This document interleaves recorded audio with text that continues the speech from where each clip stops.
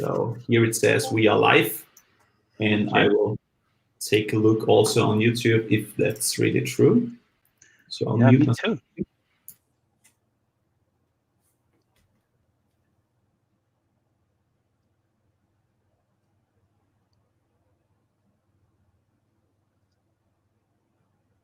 Yep, it seems that we are live.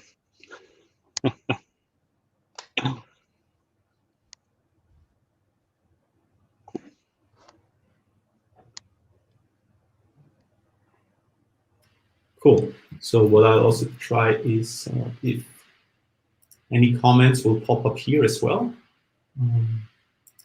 It's like a very new experience with this streaming platform. So I see that we have the number increasing on watchers. So I'll just say hi to everyone, and we are just waiting till 5 and we can start this officially. Until 5 and we can start this. So if anyone can already see us on YouTube, maybe you just write OK or like having audio issues or whatever's going on, so we can also test the communication if we see the your comments. That would be cool. Oh, it's already working. Oh, cool. So maybe we can try the comments feature of StreamYard, Jürgen. Yeah, I was looking, but they are not showing up here. So what I'll do, okay. Click on the settings, but I think I'll just no, here you are. Oh, cool. That they are on comments. Yeah. Yeah. Cool. And we're already hitting the top of the hour, and we know that everything's reloading. We know that Donovan has a very tight schedule for today. So, Juliana, I just hand over to you. And if you want to kick it off, our first edition, feel free to do so. Hey. Cool. Thanks, Jürgen. Thanks, everyone. Hello, I'm Giuliano. I'm really happy to start the first event of our Cloud Native Computing Linz. I think a month back, I reached out to Jürgen with this idea, and it's really nice to see that coming together. So, keeping my part short because I'm really looking forward to the talks of today. I have a couple of things that I need to go through. So, first of all, if you're gonna post something or comment anything on Twitter, make sure you tag us at Cloud Native Linz. That's our handle. We have a meetup page, but you can also follow us on community.cncf.io/linz. That's a different platform from the CNCF community group, and we are happy to be part of that. Okay, so here we have our agenda. Basically, I'll start with the welcome message and a couple of topics. Then at 5-ish, Donovan takes the stage. After the talk, we go through a couple of Q&A. Then Matthias take over, and 10 to 7 we are closing remarks, and at 7 we are planning to finish. Of course, that's not a strict agenda, but we'll try to follow that. Before moving on, again, we follow the Berlin Code of Conduct. If you would like to know better, you can take a look into the webpage. But mainly, the idea is to be kind to everyone in the community. And if you see or if you are a victim of some type of misbehavior, please reach out to us. Of course, we cannot exclude the person from watching YouTube, but we can block the comments or anything. So yeah, please be nice. Mainly, that's the idea. We are here, everyone, to learn and share the things that we have in our daily work. So again, the organizers are, just to introduce ourselves, myself and Jürgen. I'm a software engineer at Dynatrace, and here's my Twitter handle if you would like to follow me and tag me on anything. Jürgen, would you like to introduce yourself? Yeah, sure. So my name's Jürgen. Giuliano approached me a couple of weeks ago that we should start our own Cloud Native Computing meetup. I work also in an open source project called Captain, which is also a CNCF project, and I'm, let's say, evangelist there for this project and also a maintainer. So I'm really excited about open source technology and the cloud in general. So I'm really happy to see this new meetup group now taking off. Cool.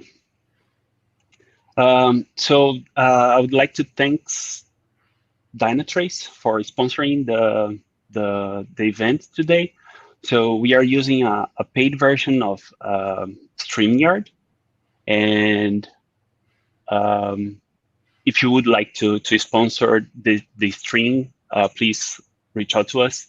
If you don't know, Dynatrace is a company in Linz. Well, it's a multinational company, but has the development site in Linz and Poland. Not in Linz, in Austria and in Poland. So thanks, Dynatrace. Again, if you would like to submit a talk or to sponsor an event, here are the short links. I will post this on the comments later on YouTube, so you can take a look. But those are also available on our page on Meetup. And if you would like to join us on discussions and raise questions, you can use the YouTube channel. We are watching that as well, the comments, but you can join the community on Discord, and over there, of course, we can take it offline and discuss throughout the whole month, because the idea is to do in a cadence of monthly basis, so we can stay in touch for the whole month in Discord. And so with that, today's speakers, we have Donovan Brown. Donovan is, his job role is way longer than that, but I chose to leave as principal cloud advocate at Microsoft. And later today, we're gonna have Matthias Steinbauer. He's a CTO at .lope. I'll let them introduce themselves because I'm pretty sure they can do better than myself. And then we can start right away with Donovan. Donovan, the stage is all yours. Thank you so much. Thank you very much. No, my pleasure. I was honored that you guys asked me to come and participate. And I've been to Linz before, and I was thinking about it this morning. I was like, man, I wish I was there now because I could go to the Haribo store, because that was like the coolest thing I'd ever done. I was on a sugar high for like a month after going to that store, and the Wiener Schnitzel was so good. So I really miss being able to just travel and come and see everyone. But I'm glad that we have technology like this that allows me to still engage with you, which is interesting because digital transformation is what I'm here to talk about. And without it, we might not be talking at all, right? The world has changed drastically, and we need to make sure that our companies and our organizations change as well. So my name is Donovan Brown. I'm a principal cloud advocate at Microsoft. I have a really long title because of the teams that I run at Microsoft, or they span the whole gamut, right? From infrastructure to DevOps to lift and shift. I own all those teams at Microsoft, but principal cloud advocate is plenty. Been at Microsoft for about 7 years. Before that, I was a process consultant where I flew around the world implementing DevOps and Agile for companies all over the world. And before that, I spent some time at Compaq and some other areas. So that's a little bit about myself. What I want to do is go ahead and just jump right into it. I think no one would argue with this particular statement. The world runs on code. You interact with code even if you don't realize it, right? It affects everything that we do in our daily lives. It's the way that we communicate. It's the way that we travel. It's the way that we entertain ourselves. It's the way that we educate ourselves. And depending on what apps you use on your phone, it might be the way that you fall in love, right? Because there's apps and websites for everything.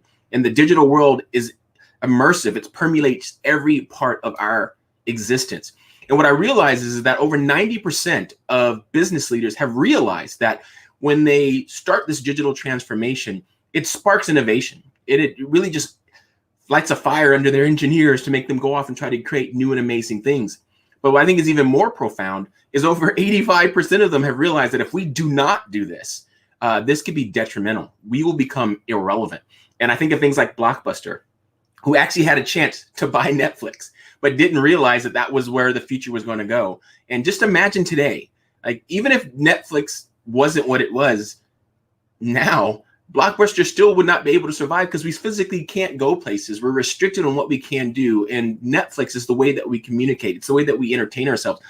I have ordered more stuff from Amazon since February than I could ever dreamed I would. And if it wasn't there, it would really have a negative impact on my life. I think this pandemic isn't as bad as it could be if we physically had to go everywhere to get our food, to get our groceries, to get the services and the products that we need. But it's the digital transformation that some of our trendsetters like Amazon and Netflix were already on that allowed us to be protected and safe in a really weird time like this. And not only does it help us with that, if you start to innovate, if you start to rethink your infrastructure and stop thinking about it as these servers that you can hold and hug in your data center that you rack and stack physically, but you think about them as just this resource that I use and I throw away when I no longer need it. Actually utilizing the cloud for your infrastructure. Rethinking the apps that you design and trying to get your apps to blur the line between physical world and digital world. Because now I still order pizza like I always did. I still get my groceries from H-E-B, but I don't physically have to go there anymore. And it was that rethinking of their application, the services and the products that they deliver that was so impactful. And then the data. We're all collecting tons of data, but very few people are actually utilizing and harnessing the information inside that data. You don't want to just collect data for data's sake. You want to start looking at it as telemetry, as insight that you can then use to build better products for your customers, to engage your customers in ways that you've never done before. And what we've realized is that companies that do all these things are many times more effective than their peers, and it shows in their profit. So you want to make sure that you're not the last to realize, because the first to do things sometimes wins, even if a competitor comes after that's better.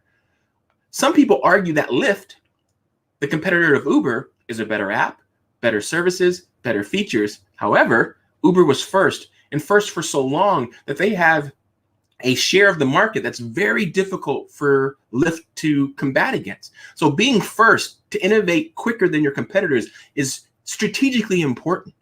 And if you're not innovating this fast, you're going to be in a really bad situation, because digital transformation is an economic imperative. You have to do this because this is the world that we live in today. And I believe even after this pandemic is over, I may very well never go to a grocery store again. Honestly, there's nothing I miss about going to the grocery store, but having to be forced into using apps and services provided by the grocery store, and they digitized this entire environment for me, it allowed me to now get the same groceries I got before, but I don't have to deal with the shopping carts. I don't have to deal with the long lines at the counters. I don't have to deal with lugging my bags in and out of the store. I don't have to deal with bad weather. It's actually a convenience, and it's kind of opened my eyes to the fact that I don't want to go back to the way that it was, even once we get out of this horrible situation that we're in. So what I want to do right now is I want to play a video, and this video is going to show that no matter what organization you work in, no matter what industry you work in, and no matter the size of your organization, a digital transformation is extremely important. No matter what industry you are in, whatever types of customers you serve, your organization is transforming. Today, more than ever, you need to rethink what is possible and become more resilient for a changing world. You need to embrace new ideas, processes, and technologies grounded in a strong sense of purpose to empower each other, our communities, and the world around us with security, continuity, and resilience being top of mind. Data drives information, information drives insights, and insights inform decisions and create methods to help you respond, recover, reimagine. New business models, new products, new markets. It's no longer just about one simple software solution. To reimagine your business, you need to create a connected, efficient, and scalable digital ecosystem. It's time to transform and think about your own future as a digital company. How? Through customized industry solutions built on an integrated cross-cloud platform that empower your people with the right technologies and products to achieve more. That seamlessly combine leading business intelligence and productivity solutions with the power of the intelligent cloud and intelligent edge, where you can build your own digital and technological capabilities with the unique support of the largest partner ecosystem. It's time to take the next steps in your digital transformation journey. Your vision, your data, your customers, your future. Today, Microsoft. Empowering every person and every organization on the planet to achieve more.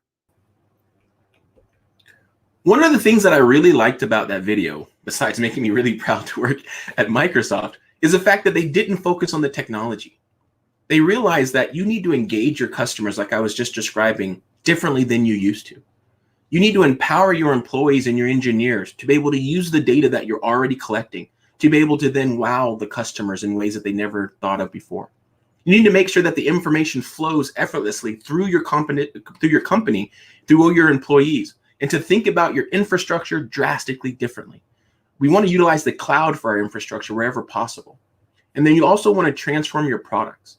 You need to make sure that you blur the line between the digital world and the physical world, so that no matter where I am, I can engage with my services and products that I want, be it on my phone, be it on a web browser, be it anywhere. I need to be able to get to that.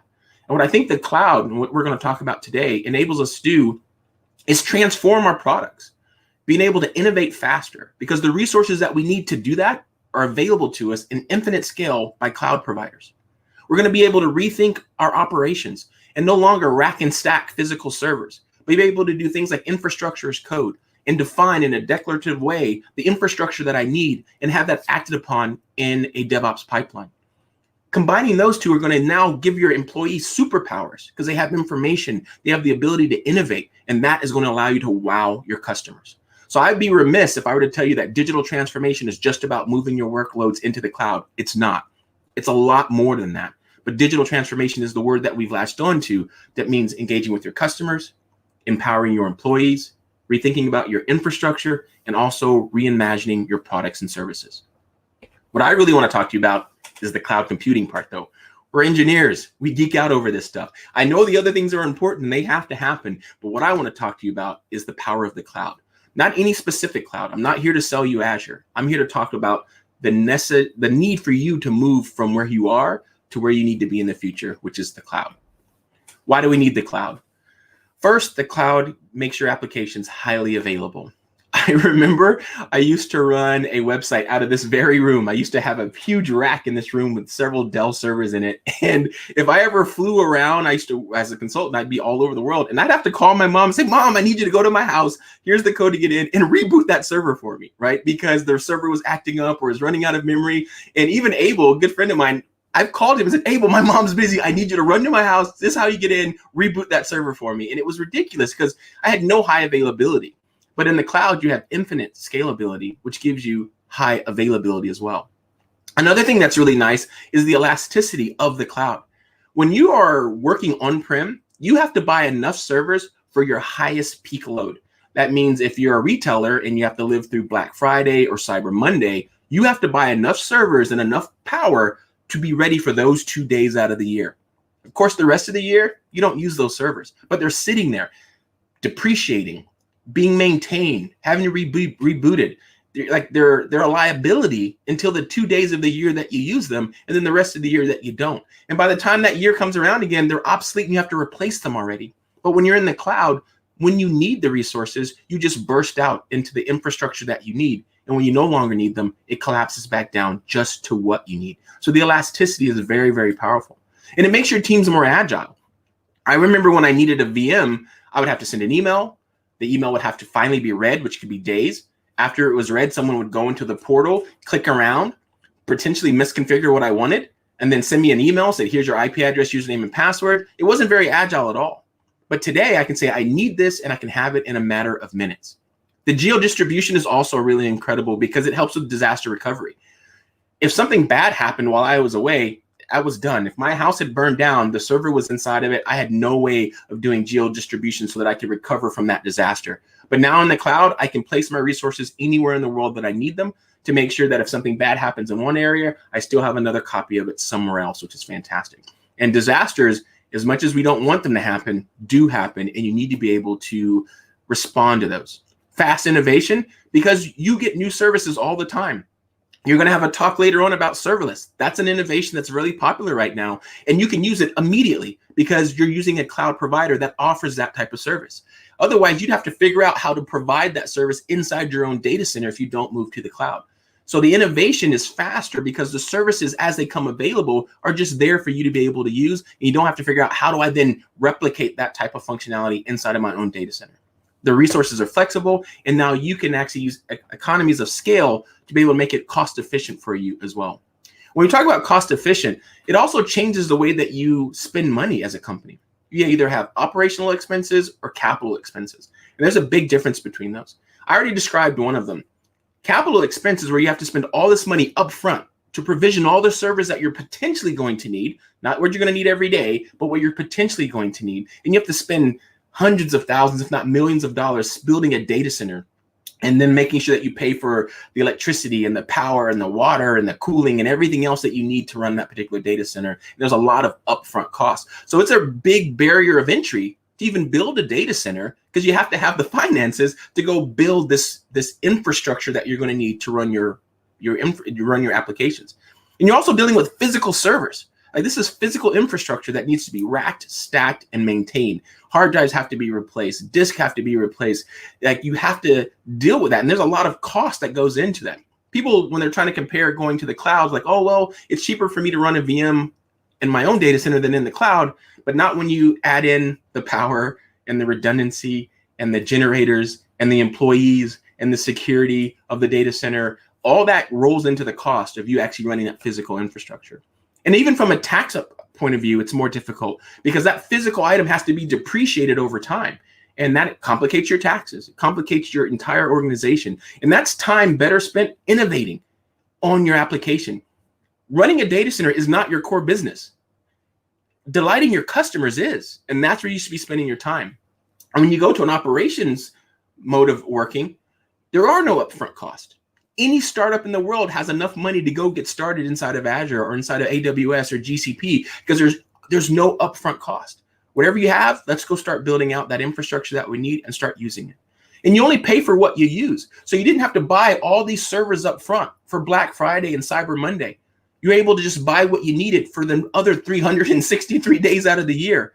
And there's those 2 horrible days, you go ahead and just use the elasticity of the cloud to scale up to what you need, pay for it when you need it, and then scale it back down. There's no maintaining, there's no racking and stacking. Your engineers are focused on delivering value and not on managing their infrastructure. And finally, you can instantly deduct from your taxes the expenses that you pay to run the services that you're running, and you don't have to worry about depreciation. So going from OpEx to CapEx, from CapEx to OpEx it's a huge advantage for an organization. And it also allows the small time people, the startups and the little people, to be able to compete with the largest organizations in the world because they don't need that upfront capital. So when you're thinking about that digital transformation, it's also important to think about brand new greenfield applications who simply don't have the capital to get started. When we're talking about the cloud, it comes in about 3 different flavors. One of them is the public cloud. Again, AWS, GCP, Azure, these are all public clouds owned and operated by a third party. Third party is responsible for all the spindles, all the compute, all the storage, air conditioning, security, the whole 9 yards. Private cloud, and I want to be very clear, I do not believe your data center is necessarily a private cloud. A cloud provides IaaS, PaaS, and SaaS services, which we'll talk about in just a moment. It's not just servers sitting around that you happen to use. Those are just servers in your data center that you might be giving permissions to people. But as a developer, when I think of the cloud, I think of the services that are provided to me, not where the server itself actually lives. Because even with serverless, hate to break it to you, there's servers back here that somebody's actually managing and monitoring for you for that particular item. But private cloud is when you have the same type of services, IaaS, PaaS, and SaaS offered to your employees or engineers, but completely hosted and run by yourself. And I think where a lot of people are going to be living for quite some time is this hybrid model, where they have some of their resources on-prem. They also have some of their resources in the cloud. And this is what we're going to talk about, the migration of how do I get from point A to point B. You don't have to rip and replace everything. You might leave your database behind for whatever reason and move your web servers to the cloud and be able to then communicate securely to that on-prem resource. Or flip it around, because you don't have the scale to be able to grow your database any larger on-prem. You move your database, but leave your web servers on-prem, and then you'll be able to scale in any direction that you want. Now let's talk about those services I was talking about that makes a computer or a data center an actual cloud. It's not just the machines, it's the services that we provide on top of those machines. The most familiar and easiest to think about is IaaS, infrastructure as code. That is where you basically just have virtual machines that are run by someone else. So they're still virtual machines. So I like cars. You can see I have a lot of pictures of cars behind me. So I use a car analogy. IaaS is like buying a car. What I mean by that is you're responsible for the oil changes, getting the tires rotated. You have to patch the server. You have to reboot it when it's time for a service patch. You have to maintain the middleware. You own the entire freaking VM. You own the entire car. When you go to platform as a service, it's like renting a car. And you know how we treat rental cars, right? You drive them like crazy. You have a blast in them. And then you just throw the keys back to the poor person at the clerk saying, it's your car now. And they have to go and service it. They have to make sure that the disks are still good, the memory hasn't gone bad, that the cables are still good on the network, that the operating system has been updated and patched. They deal with all of that for you. And in my personal opinion, that's the sweet spot. PaaS is where I always want to be when I'm thinking about the cloud. And then to the far right, it's like calling an Uber. This is where the entire application is hosted for you. Think of Gmail, Office 365, Azure DevOps. These are complete SaaS-based offerings that you use a web browser to access. And all you're providing is the data. The infrastructure, the application, everything else is managed for you. These are the type of services I expect to be offered to me by a cloud, be it private, hybrid, or public as well. In another way of looking at it, these are the different responsibilities that you have as you migrate from on-premise to PaaS. So here are just, this is not a complete list, but this just is some of the things I think about when I'm running an on-premise VM. I have to deal with the networking, so I have to rack and stack it. I have to deal with the services, so the SANs that are actually backing those particular machines. I have to deal with the servers, the virtualization, the OS, middleware, runtime, the data, the application. I am responsible for that entire thing while it lives on premise. But if I were to move to IaaS, and IaaS is popular because it's familiar, it's comfortable. You understand what a VM is, and you can move your applications without changing anything. You can run the same versions of Windows or Linux. You can run the same versions of Tomcat or IIS. You can run the same versions of SQL Server or MySQL or Postgres, whatever it is that you're running, you can install that exact footprint on the VMs that we host for you. So it's really easy for you to migrate there, but we do give you some benefits. There's virtualizations, the servers, the storage, and the networking are all handled by us or whatever cloud provider that you use. And you can also scale them out much quicker because there's infinite scale in capacity in the cloud. So you can create scale sets and say, hey, when the CPU reaches a certain number, I need you to automatically start to scale this out so that I'm not trying to re-provision this stuff on-prem. I just let the cloud handle that for me. And then finally, PaaS, or Platform as a Service, which again is the holy grail of the cloud, in my opinion. This takes care of everything. In many cases, you don't even know what operating system is running behind the service. It might be Linux, it might be Windows, but as a developer, why do I care? If I'm doing Node.js or Java or .NET Core that runs on any platform, I just need to make sure that the platform is up, and that's done for me by the cloud provider. I need to make sure that the disks are replaced when they're needed to, the network is high performing, and all that is managed for me. As a developer, I worry about the code that I write and the data that I know and need to be able to work against. And it makes my life so much easier to move towards PaaS. And this includes containers, this includes app service, this includes a lot of things where the server is not what you're concerned with anymore. What you're concerned with is your app and your data. And it allows you to scale infinitely. It removes all these responsibilities and allows you to focus on delivering value, which is what you should be focusing on. So what does the journey to the cloud look like? This is kind of the migration pattern that I see a lot of people doing with existing brownfield applications. You're running on-prem inside of a VM, Linux or Windows. Maybe it's a website inside of Apache or inside of IIS. And what you can do with the lowest level of friction is just move to infrastructure as code and lift and shift. Spin up a VM with the exact same version of the OS, exact same version of the packages, same ports open on your firewall, and copy and paste your code right into this other VM. And now be able to start to take advantage of some of the things that IIS has to offer. You might also be able to move into PaaS. I'm not really familiar with the GCP and AWS offerings, but from my Azure App Service is an amazing service that allows you to take your WAR file for Java or your .NET zip file for your .NET Core application, or even your full framework .NET applications, and just plop them inside of PaaS, and they'll just work, which is amazing. Same thing with our databases. We have databases for MySQL, Postgres, and SQL Server that are just sitting there waiting to be used, and you can give us your data and your schema, and they will just run. And now you're no longer dealing with the IaaS servers, the reboots, the restarts, the service packs, and all the stuff that comes with owning that car. And then what you're going to be able to do is modernize your application. So I tell all of our customers, if you're going to start with IaaS, that's great, but don't get too comfortable there, because there's better ways to use the cloud. Serverless, which you're going to have a talk on later this evening, you'll start to see some of the power that serverless brings to the table. We have containers, which is a fantastic way to be able to do microservices architecture and scale your infrastructure. And what you're going to need to do is tease apart that monolith that you're brought into the IaaS world and start taking more advantage of the things that happen inside of the cloud that they enable for you, like microservices architecture. And then what we want to do on the far side is what we call low code, no code. This is allowing all this great infrastructure and data that you've already collected to be utilized by people who are not developers. Being able to say, hey, we have these website endpoints for you. We have all this rich data that you might need in a different way or a different form. And because our developers are so busy, who's going to go write this application for them? What's really cool is without writing a single line of code, those individuals in the marketing teams can actually go write the stuff themselves and utilize the same power of the cloud with infinite scale. So again, when I look at this transition, it goes from doing everything yourself to not even writing a single line of code and still being able to add value to your organization. I'm a DevOps guy, and that's what I normally come and talk to people about. But when I started learning more and more about the digital transformation, I saw how they kind of worked together a great deal. Because when I think about DevOps, it's not just about a CI/CD pipeline. It's about changing your people, changing your culture, innovating faster, and delivering value. And at Microsoft, we define DevOps like this. DevOps is the union of people, process, and products to enable continuous delivery of value to our end users. And value is the most important word of this sentence. It is not about shipping features. It is not about 100% uptime. It is about delivering value. Because if you have 100% uptime, but the features on your app are no good or of low quality and it crashes all the time, who cares? And if you have the best features in the world, but your infrastructure is always flaky and you always have an LSI or a live site incident, who cares? Neither of you are delivering value.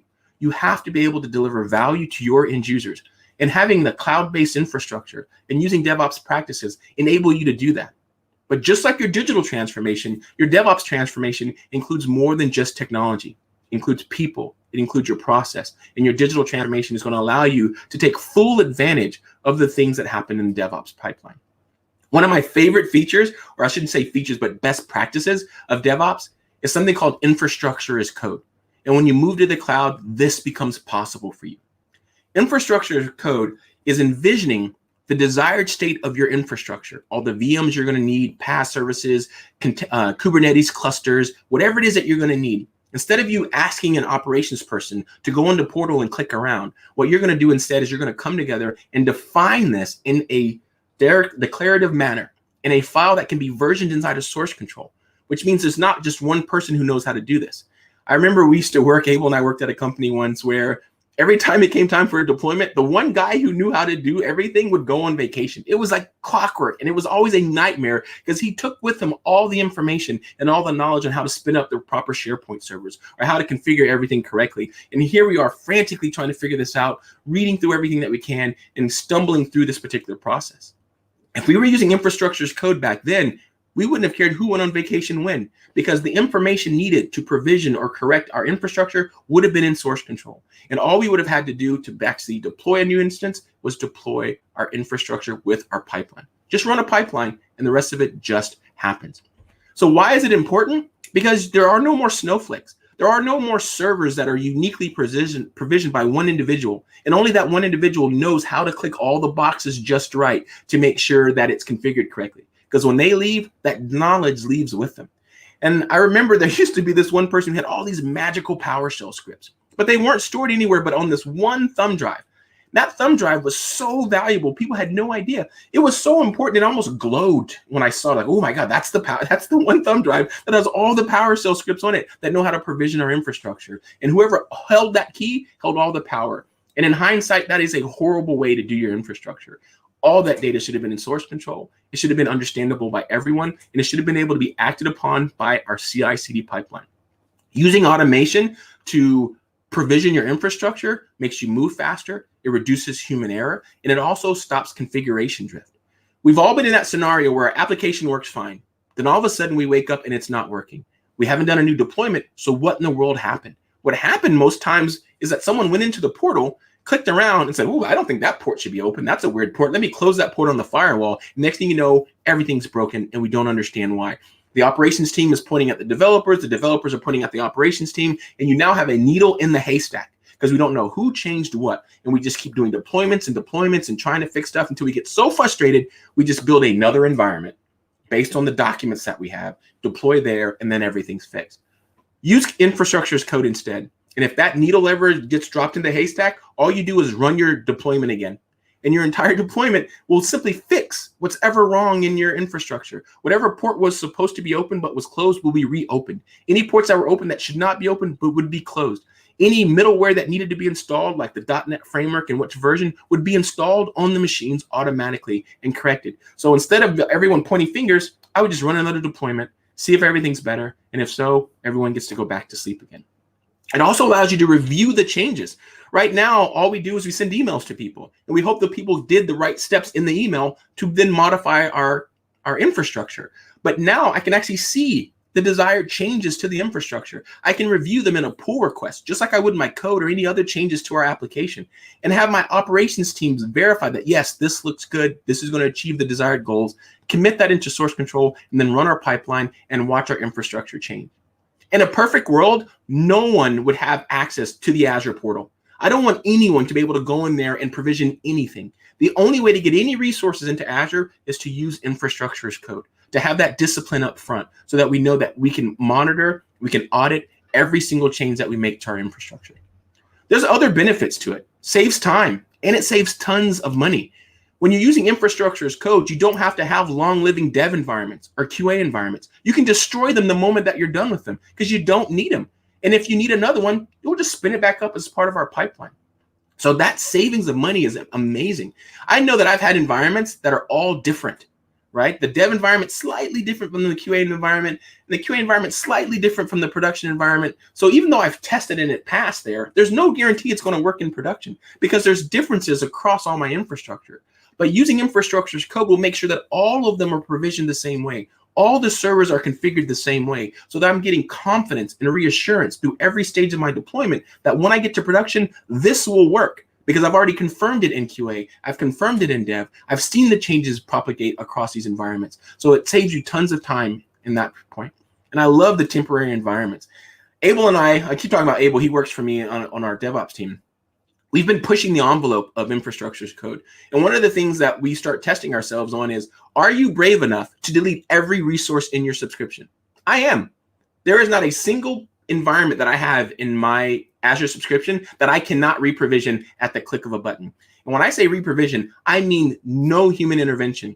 I even query the IP addresses of the new services in my Kubernetes cluster and then call out to a REST API in GoDaddy to update the DNS record to point at that new IP address. There is literally zero human intervention. I can delete every resource that I have in my Azure subscription, push a button, and have my entire website, mobile apps, everything working again with zero human intervention. The benefits of this and the cloud are immense. Testing and validation, speed of procurement, is fantastic. Now, what happens when we put all of this together?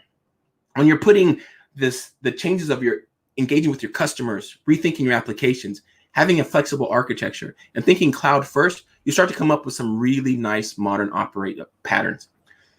What you're looking at now is what we call a high availability pattern. This is where we're having the exact same application actually running in 2 different regions across the world. Pick whatever cloud provider that you want, replicate the exact same infrastructure. And you can do this very, very easily using things like infrastructure as code. You simply change the variable that says, where do I want you to do this? And it stamps out the exact same thing twice. And then you'll put some type of load balancer or gateway in front of that says, I want you to be using this as my primary. Should anything bad happen, go ahead and fill over to the secondary while we go and troubleshoot the first one, giving you high availability.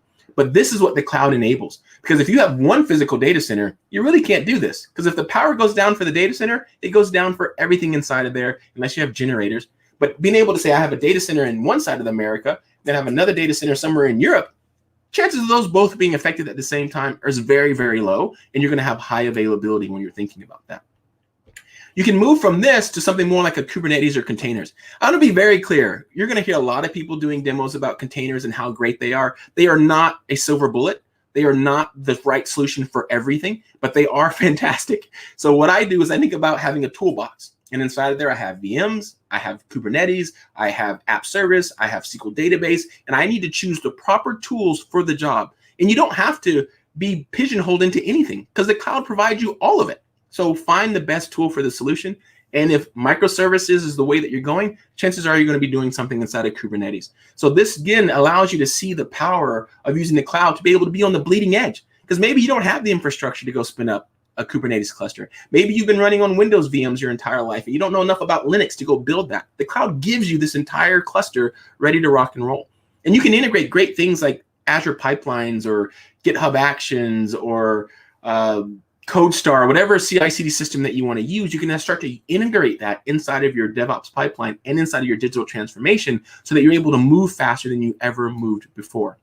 And again, you can get here from a brownfield application that used to be running in IIS. What you do is you start to tease apart that monolith as you get into the cloud, start utilizing more and more of the cloud, what the cloud has to offer, so that your code that used to be running as this monolith inside of IIS is now this really nicely architected microservices architecture. But you don't have to stop what you're doing. You can actually do it piecemeal, piece by piece, slowly teasing it apart, which is what we've been doing with Team Foundation Server, which you now know as Azure DevOps. We've been teasing apart that monolith for a while now, and it just able to scale and use all the power that we have inside of the cloud.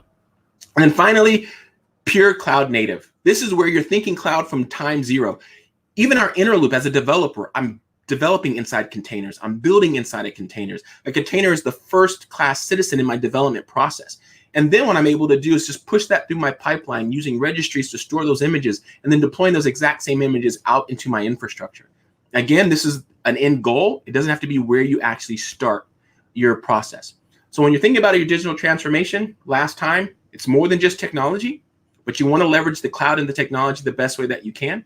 And if you want to learn more about this stuff, you can actually go to a resource we have at Microsoft called Microsoft Learn.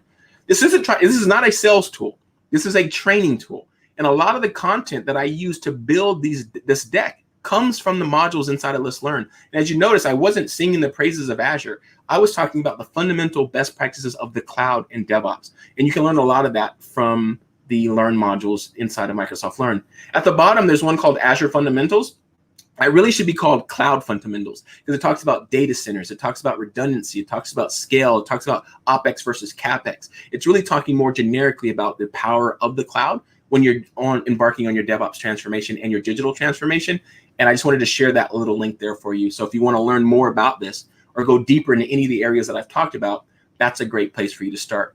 And finally, we have local people where you are that can help you with your cloud transformations at Microsoft and with Azure. So if you need any direct, close support there in Austria, then we actually have people there that can help you as well. So now we have about 15 minutes left before I have to drop. So more than happy to take any questions that you have or that have come up during the presentation.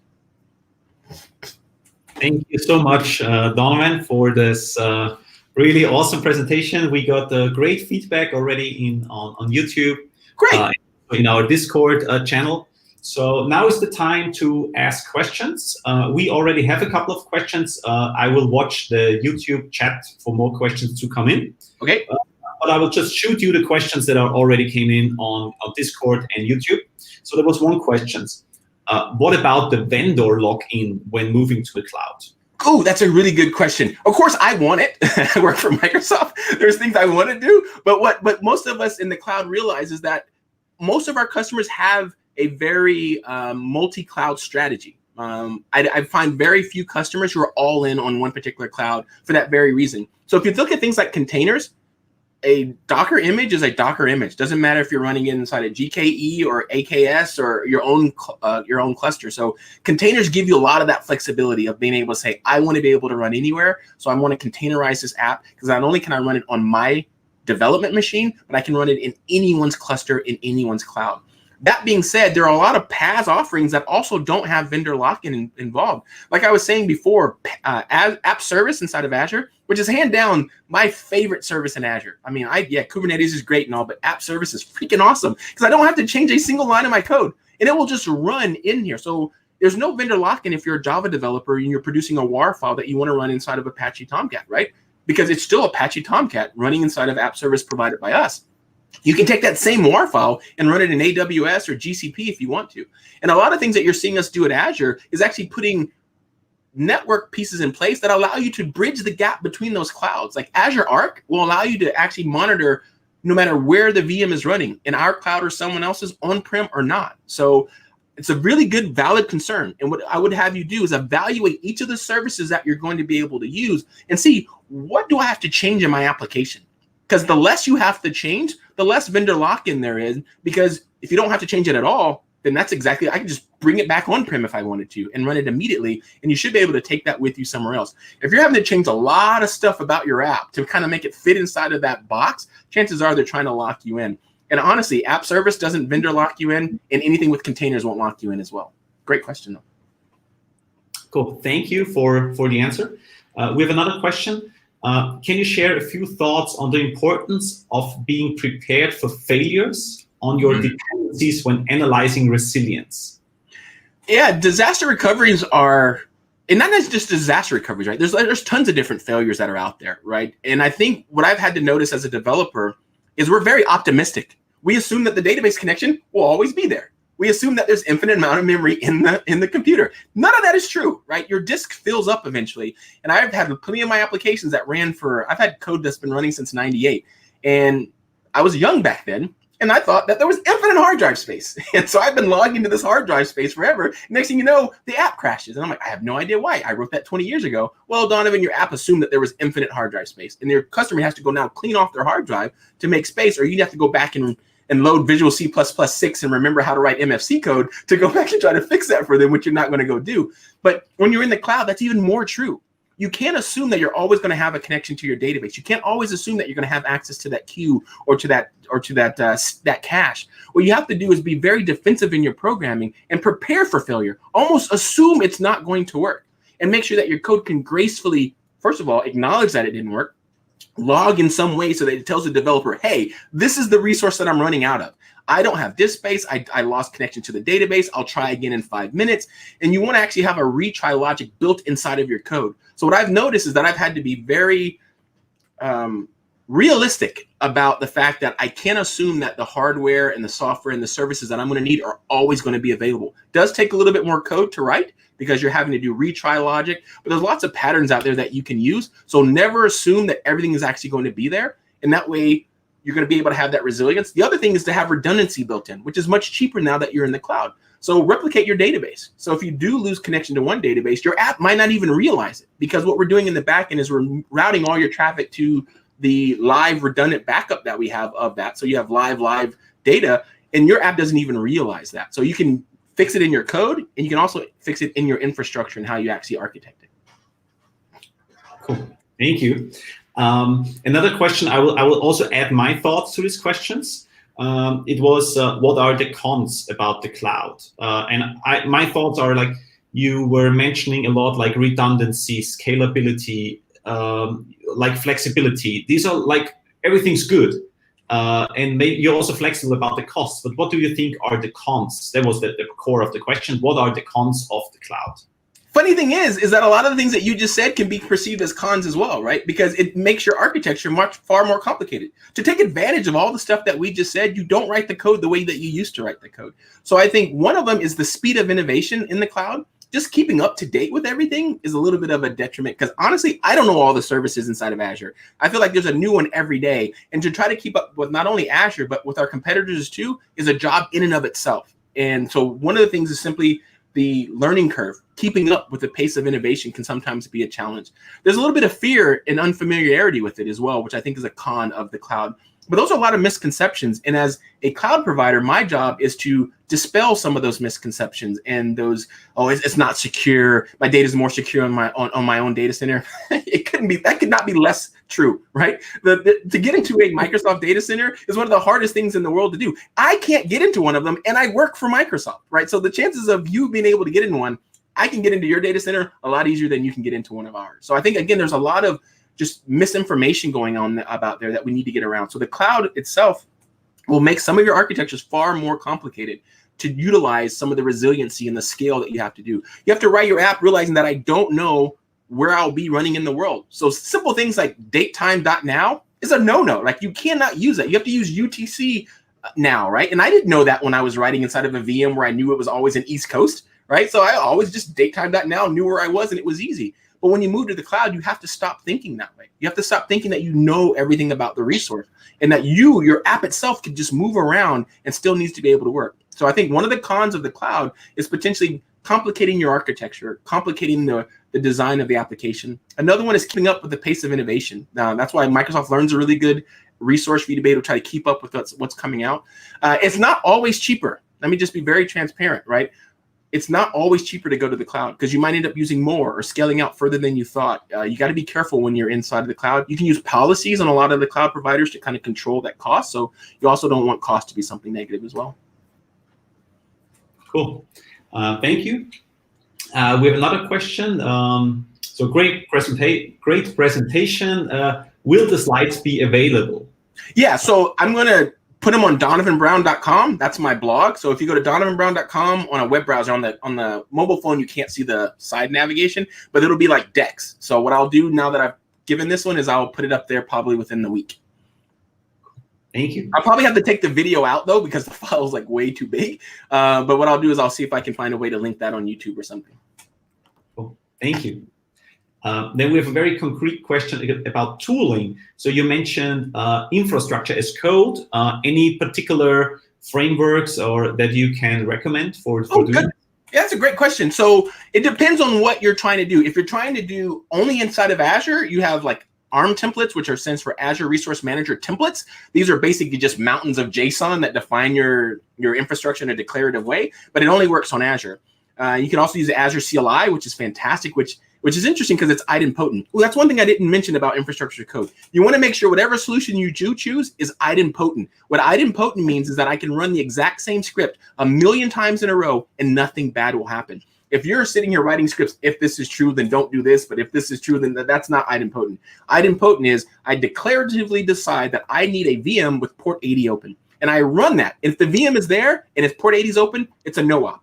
If I run it and the VM is there, but port 80 is not open, it will open port 80. If I run it and the VM is not there, it will provision the VM and open port 80. And the reason I can put that in my pipeline is because if I run it and everything is true, nothing happens. If I run it and anything is false, it'll fix it. But I never get an error, right? That's really, really important. So make sure you choose the technologies, Chef, Puppet, Ansible, DSC, ARM templates. Like there's so many out there. And the other one is, I always forget the name of it, but there's a really popular one. And right now I'm talking to you, I'm losing it, but it'll come to me in a minute. But it's good for cross-platform, and we support it as well. I can't believe I can't remember the name of that stupid. Terraform program. Yeah, Terraform. Dang, it's total bot. That's exactly it. So Terraform is fantastic because it gives you this common DSL, this language that you can use to say, hey, I need a VM and I need it to be this size. And you can run it against AWS, or you can run it against Azure or GCP, and you get a VM of the proper size. And now you're maintaining this common language that you use no matter what cloud you're actually trying to target. So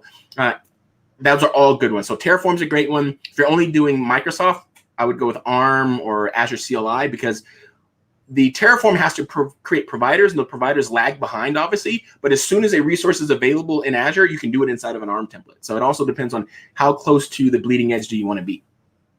Great question, though. Cool. Great. I'm just browsing through the comments here. I think I'm not missing a question. If anyone there's one questions, yeah, my Twitter handle's on the screen, so I'm at Donovan Brown on Twitter. Feel free to tag me on anything or ask me questions. If I don't know the answer, I'll probably bring someone from the Azure team or right from the product team onto that question and ask them the question for you. So I'm more than happy just to engage with me on Twitter and ask me any questions. As you should asked, I'll put the slide deck up on donovanbrown.com. Not right now, because I'm as soon as I drop, I have to go to another meeting. So after that meeting, I will pull out the video and prepare it to be put up on donovanbrown.com. Okay, then thank you so much for joining us. My pleasure. I think my video is lagging a bit behind. That's fine. I can still hear you. But yeah, thanks so much for the first edition of our Cloud Native Computing Meetup in Linz. I think it was a great presentation. We got great comments on YouTube and also in Discord. Thanks so much. I think it already set the stage a little bit for Matthias, as I could see him relate to some of the things that you said. Awesome. So yeah, and we know you have to run for your next presentation at Microsoft. Thank you so much for having me. Enjoy the rest of the day, everyone. Bye-bye. Thank you very much. Thank you. Bye-bye. Bye. And what we will do is, Donovan is already disconnected. So I will, Matthias, if you're already fine, then I will put you onto the stream. Or Juliana, is there anything that we want to do in between, or we just give Matthias the stage and we'll do the wrap up afterwards? Actually, yeah, I would say that is Matthias' call. If you want to take a bio break, we can take. But if not, we can start. For me, it's all good. We can. Yeah. We can start immediately. Cool. For me. Okay, then I will also start with. Okay, then I will also start with briefly introducing myself. So my name is Matthias Steinbauer. I basically right now work two roles. So I head a software development team at the company called Varicube. We are building web-based or a web-driven locker system. And in 2017, I co-founded a company called Phobe Solutions, which is focused on legal tech systems. So basically, we provide software as a service applications in the space of legal technology. And the talk today is mainly about the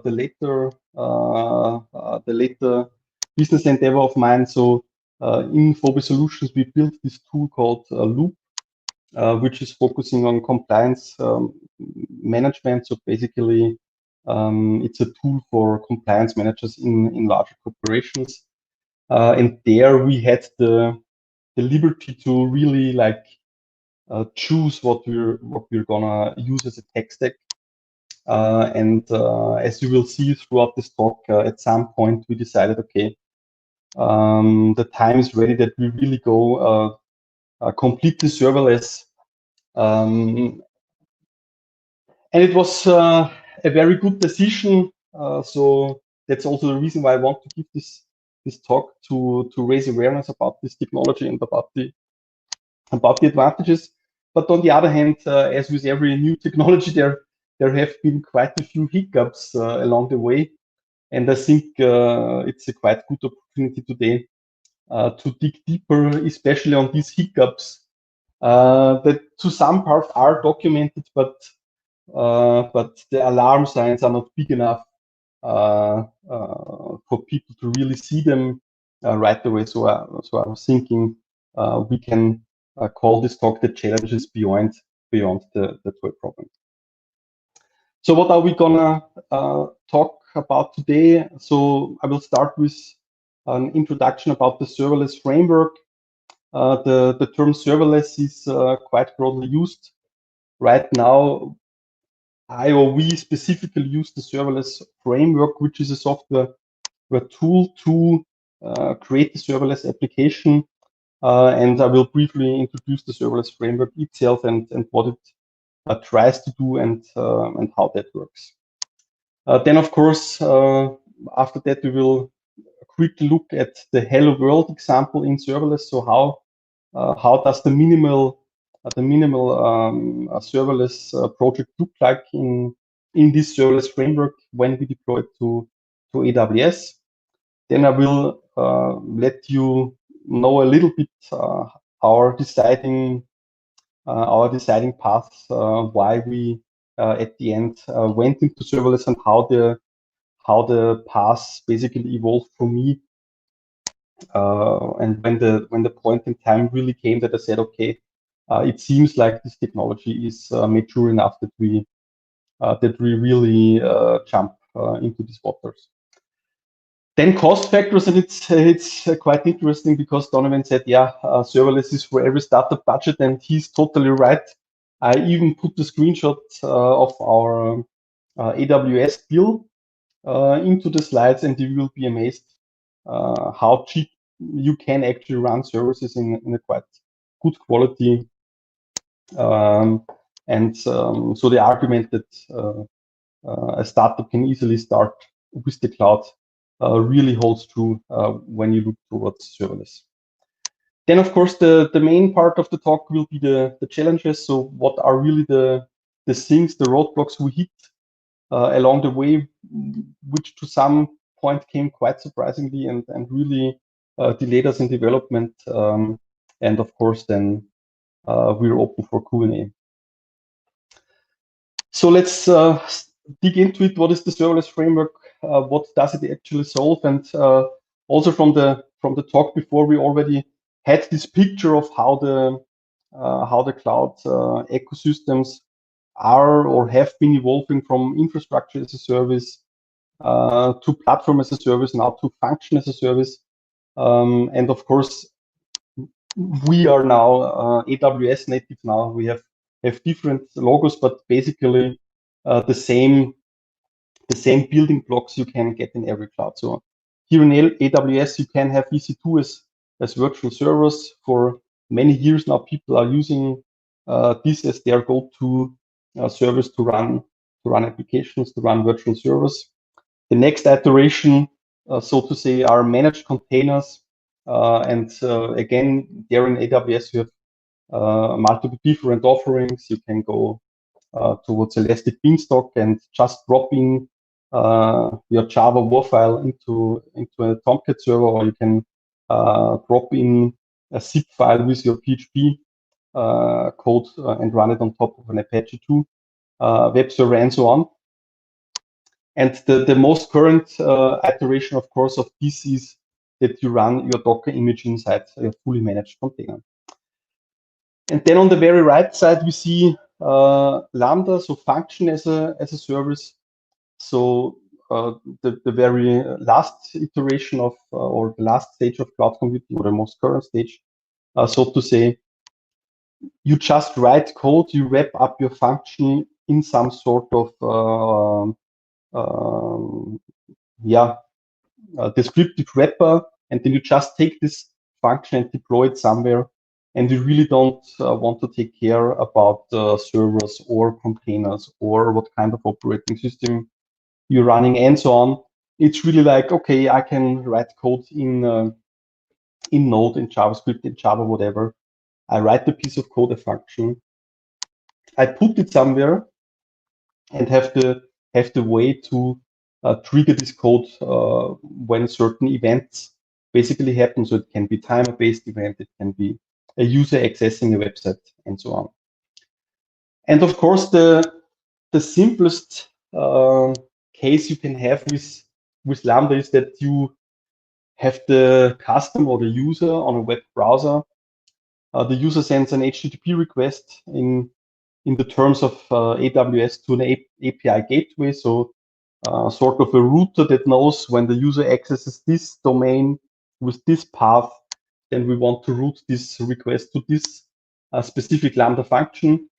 And the way the data travels is basically that you have an HTTP request that runs from your browser to API gateway. API gateway that can then do certain things for you, like authentication or figuring out the geolocation of the user. Basically, it enriches this HTTP request and passes it on to your Lambda function.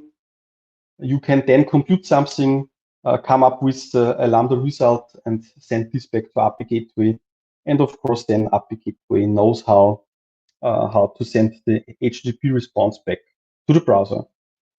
And in AWS and with all the large cloud providers, you can of course do this. You can go there to the online console and can set something like this up manually. So you can, like in this screenshot I present here, go to API Gateway, create a new route, create HTTP methods, and then wire the method request and the Lambda proxy and then the Lambda function together. And of course, once you on the very right side, you see the Lambda function. Once you add the Lambda function into the API Gateway, then you can actually edit the Lambda function inside of AWS and write your code there. And as you can imagine, this process is, in a certain sense, very cumbersome because it's very manual and it's not repeatable. And of course, there must be better ways to do this. And of course, again, the answer is infrastructure as a code. So you can, of course, use AWS CloudFormation to write infrastructure as a code to automate all this. The problem is, though, that these infrastructure as a code template languages are very descriptive. So you end up writing lots of code that repeats itself over and over again. And that's where frameworks like the serverless framework come into play. So what the serverless framework can do for you is it basically automates deploying and wiring of serverless applications for you.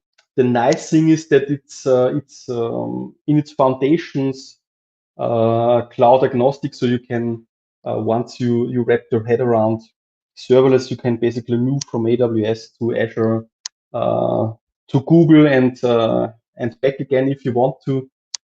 But we will see then later in the code snippets that this is not entirely true, because at some point you will probably use features that are native to a certain cloud stack. So moving around between cloud stacks will eventually mean that you need to adapt your code at least a little bit.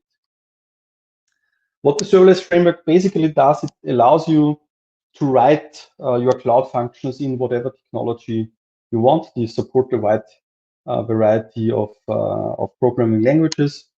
You have a description file alongside with your code that describes basically the routing from HTTP routes to Lambda functions, and with a simple command line interface, you can then deploy this description file together with the code as Lambda functions, and everything works quite automatic and out of the box.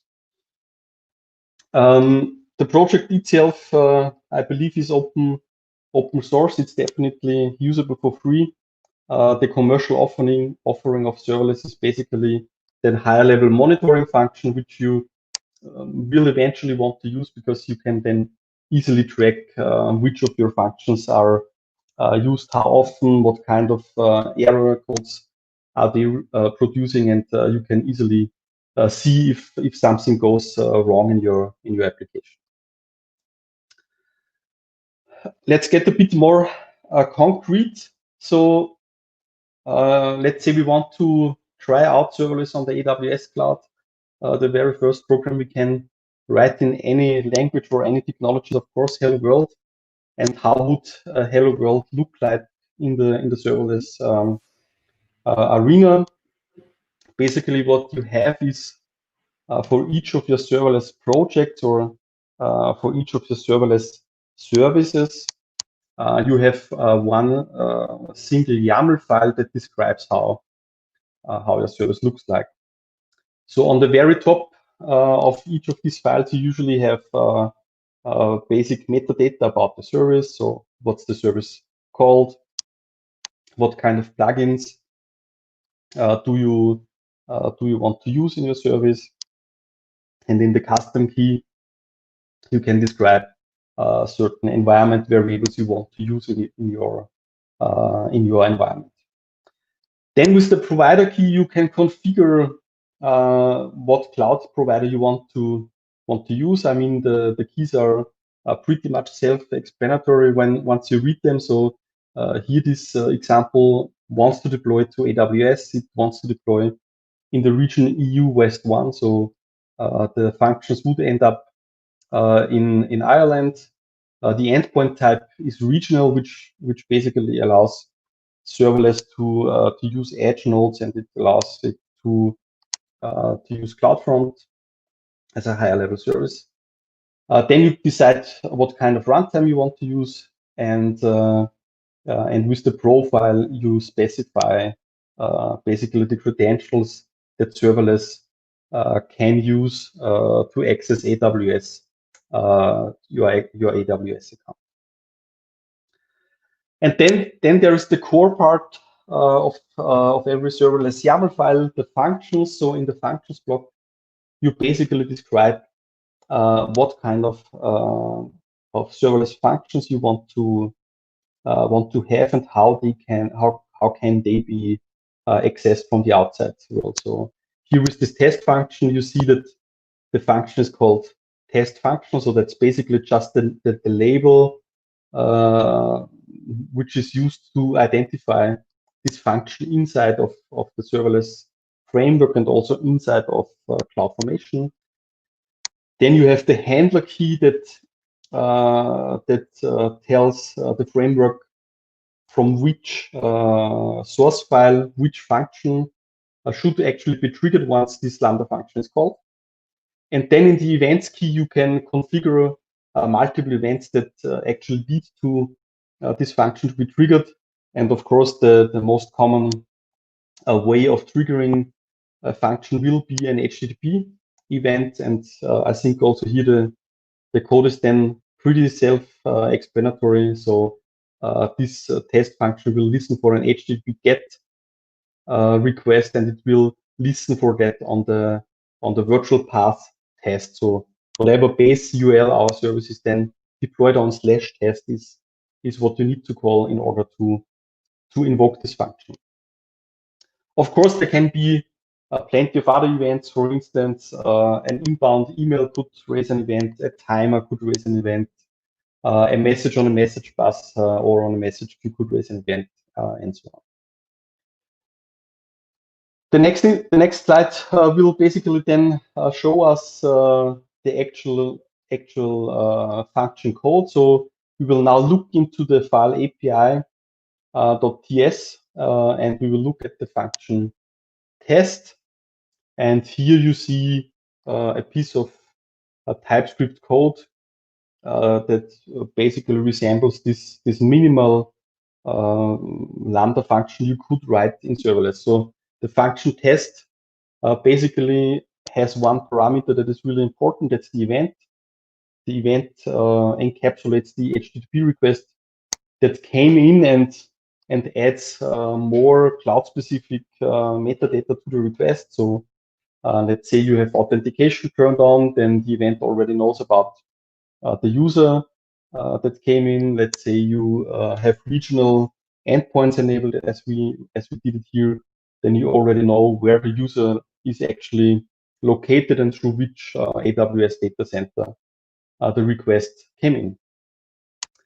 And what you then do inside of one of these Lambda functions is you basically just return an API gateway proxy request in that specific way. So we return a JSON object that the API gateway can send back to the user's browsers.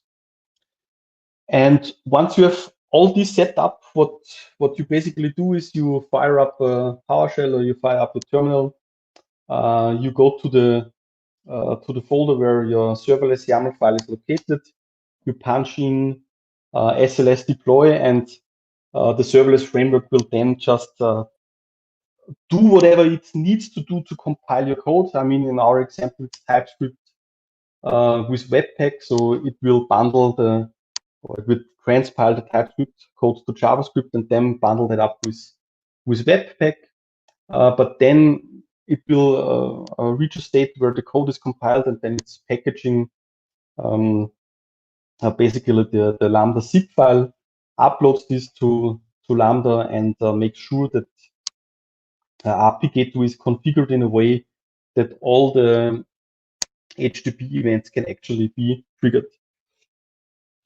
And you see here on the bottom, you end up with a very nice summary. So you get the list of all the HTTP endpoints that you can then access from the outside world, and you get the list of functions that actually got deployed.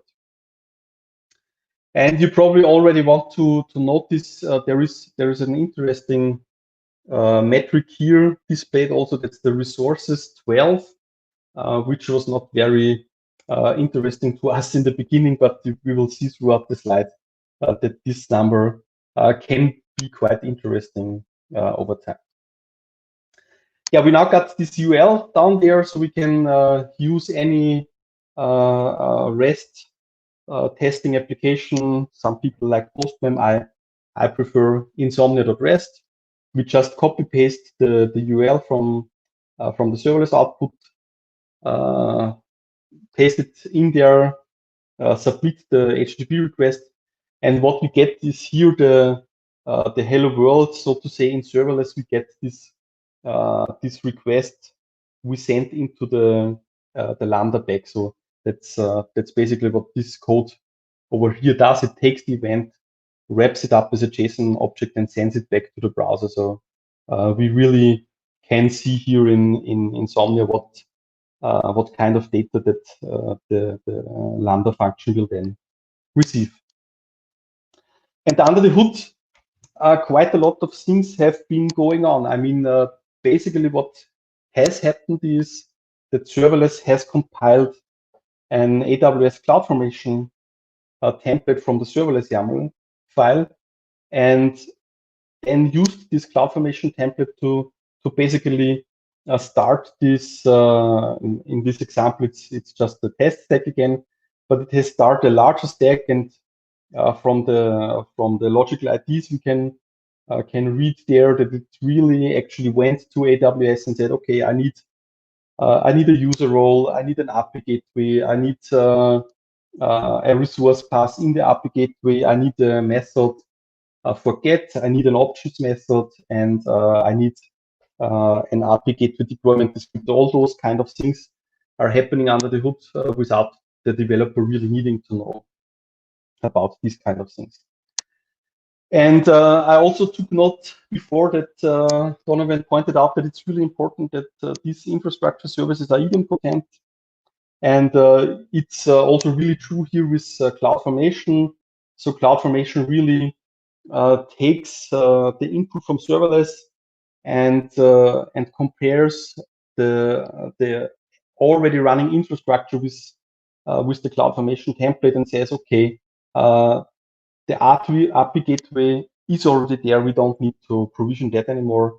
Okay, this function has not changed during the last deployment. We don't need to replace the currently running function, and so on. So this means when your application grows bigger, of course, deployment times will not add up that badly, because most of the time when you deploy new versions, it's just the difference between the last and the current state that really gets deployed.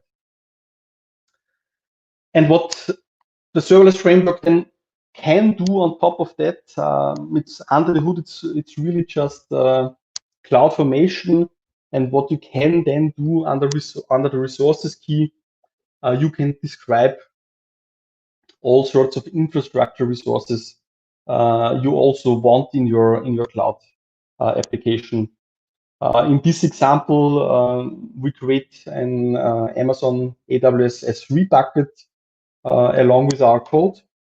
And the nice thing is that we can really also use here placeholders. So when we deploy the code here in this example, let's say we deploy Q&A, the Q&A stage, then the bucket would really be loop Q&A dot dash company dash documents. And with deploying to a new stage, you can basically really create all of your infrastructure fully automatic, and there are really only minor inconveniences towards high-level services like authentication, where you perhaps need then to manually interfere a little bit with the resources that have been created for you. And that's really one of the main advantages also over here. Let's say you want to try something new out inside your serverless project, and you don't want to interfere with any of the currently running stacks. You can easily just invent a new stage name, like you typically run with dev, Q&A, and production.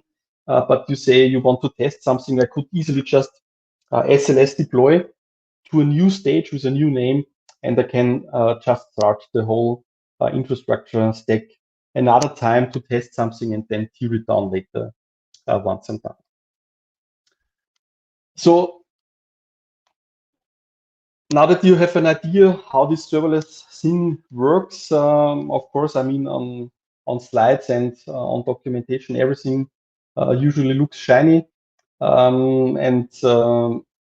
tried to play around with serverless quite a few months or even now years ago. And I would like to point out the path I've been taking there, because perhaps that's also the path somebody else can go and like get the feeling for how all of this works. So when I was tipping my toes with serverless, basically the way I started was the direct use of AWS for administrative tasks. So managing a cloud stack and containers and EC2 instances on the cloud. From time to time, you run into small problems where you say, okay, really running an EC2 instance now for this tiny little problem doesn't pay off. We just need a snippet of code running, and really quickly you figure out, okay, function as a service must be the way to go there. And that's what we did in the beginning, or what I did in the beginning, that I used it for very small things, where really went to the AWS Lambda console and typed code in there. So taking a piece of data from a service, computing if the data is within a metric, and then generate an email or an SMS. Integrate AWS services with Slack. So one of our container services goes down, we want the message in Slack that this happened. And then we ended up at a situation where we said, okay, we know that a container went down. In Slack, we could actually directly have buttons that allow us to provide feedback back to AWS and say, okay, we already know if this container goes down 99% of the time, a restart of the container will help. So we can do that directly from Slack. And then I moved on to even move more infrastructure tasks from basically into AWS Lambda, but then already the serverless project was around like 1.5 years ago, and now being able to really write code and test it on my local computer, and then just deploy it to AWS and have everything in a build pipeline and so on, really made us go nuts there. So even more Slack integration, so everything that happens around code is now serverless code and goes into Slack. You can run certain checks on triggers. Our code pipeline and quality gateways are sent to people that are not very tech savvy via email. We can test features in Q&A and give feedback directly, and so on. So all those kind of things then suddenly were possible, and then suddenly people started realizing that we can do small functionality without all this overhead of, okay, we need a server, we need a hosting provider, and so on. And then suddenly other people in my companies, and I almost need to say, had ideas that we could use serverless for contact forms, and we can then plug in basically the function in all sorts of of websites and landing pages and just reuse the code there. And then we used it for things like lead magnets, where people could download white papers in turn for giving us their email address or subscribing to a newsletter, and so on. And at some point, like almost now 2 years ago, I ended up writing a whole chat API for one of our applications, Serverless, as the first test balloon. And that was already sort of a bigger application where you had multiple API endpoints at the front end to that, and it supports authentication and so on. And that was then the point where I really became confident in using it, because suddenly there was a database, there was an authentication, there was a user interface, and everything ran really smoothly. And then I said, okay, I think this technology is ready to build something bigger.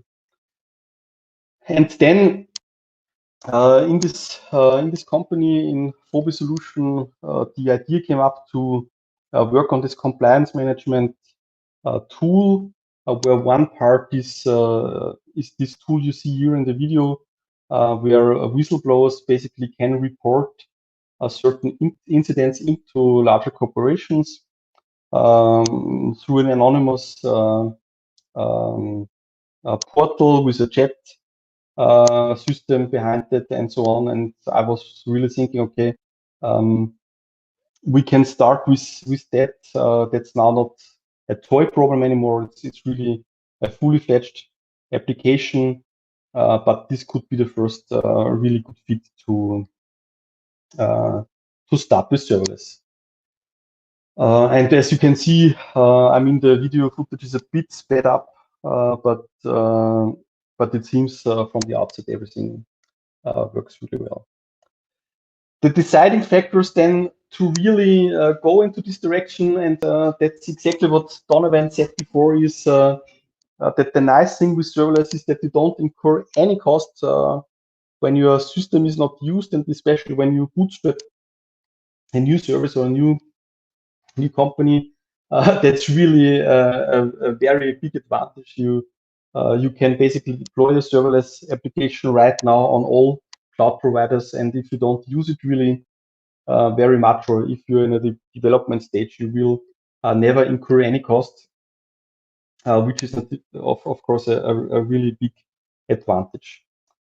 And you also don't need any resources to think again about things that have been thought about before like 1,000 times. I'm talking about authentication.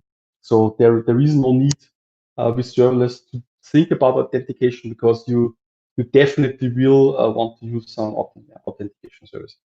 You don't need to think about servers. You don't even care what operating system they're running on. You don't care about what architecture they're running on, what disk sizes, memory they have. You don't think about scaling. You don't think about load balancing. You don't think about reliability.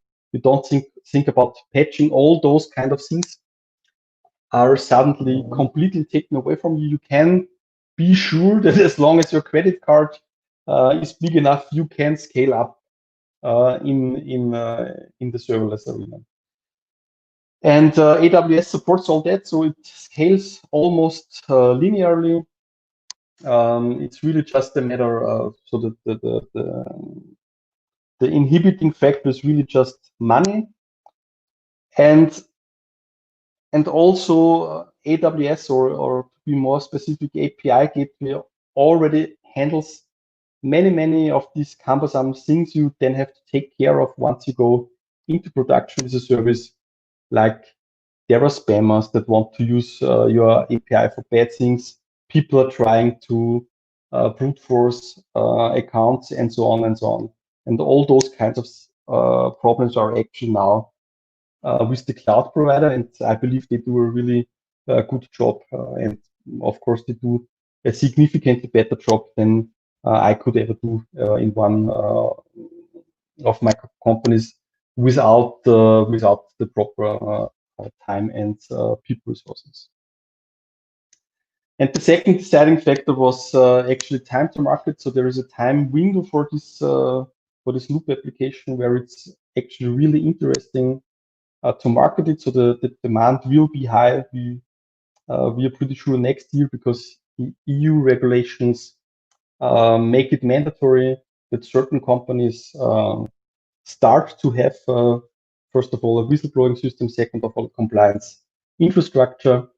And with all the heavy lifting taken away from developers, it's really now pure business logic that we implement. So we are never ever discussing things like how our infrastructure looks like. It's pretty straightforward that the infrastructure is managed by somebody else. And once you basically wrap around your head around the serverless framework, you can build things really, really quickly.